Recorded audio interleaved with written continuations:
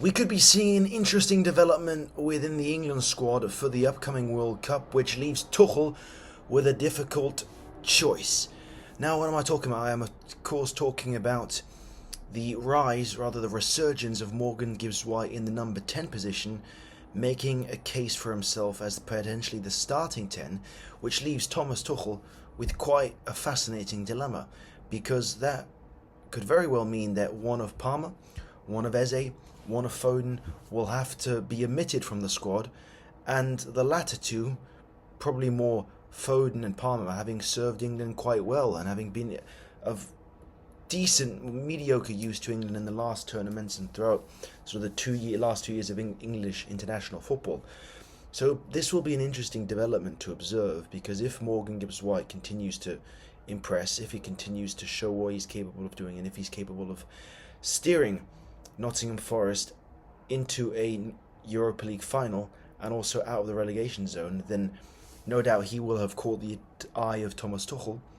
And I think we're in an interesting day and age as well, because Foden's underperforming, Palmer's underperforming, so a lot of this England squad, which did really, really well in the Premier League season, had historic Premier League campaigns in 2023, 2024, is underperforming.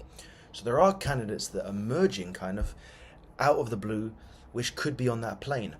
And the question I kind of ask myself is, on the day when they're both drawn up, let's say you take an Eze, you take a Foden, who is the player you want most? And of course Tuchel will be picking on form, and he has every right to be picking on form.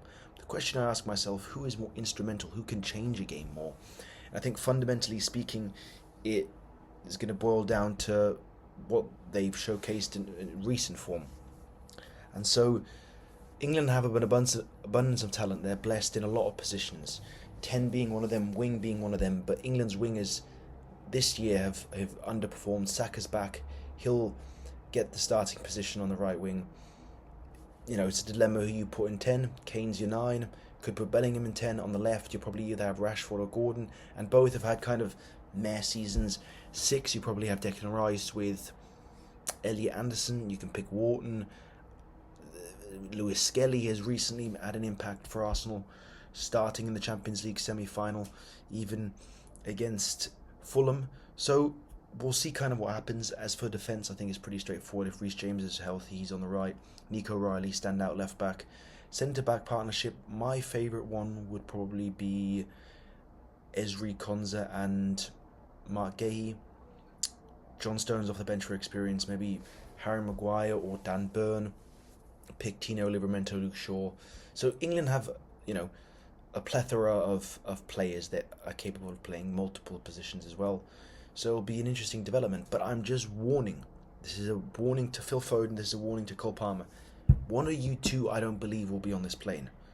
So make sure in the last 3 weeks you really make difficult, a head-scratching for Thomas Tuchel, and indicate why you deserve to be playing in America.